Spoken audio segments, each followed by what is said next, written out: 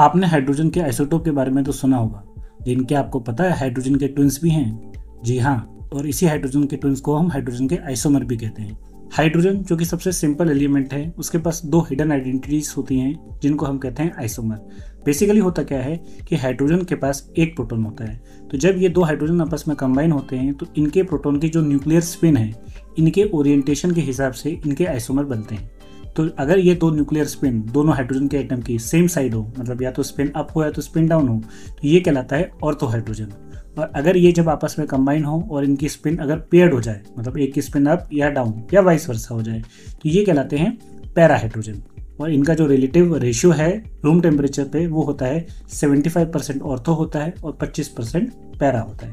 लेकिन you know what's the most exciting part, अगर आप इसको कूल कर दो 20 केल्विन तक पे, तो ये 100% पैरा हाइड्रोजन में कन्वर्ट हो जाते हैं। ये ब्यूटी है इसकी हाइड्रोजन आइसोमर्स की।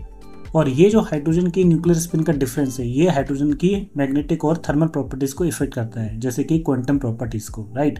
इसलिए ऑर्थो और पैरा हाइड्रोजन्स को हम न्यूक्लियर स्पिन आइसोमर भी कहते हैं। आई होप आपको ये हमारा वीडियो इंटरेस्टिंग लगा होगा, और इसी तरीके से अगर आप चाहते हैं कि आगे भी मोस्ट इंटरेस्टिंग साइंटिफिक फैक्ट्स अगर मैं आपके पास लाते रहूं, तो प्लीज़ हमारे वीडियो को सब्सक्राइब कीजिए।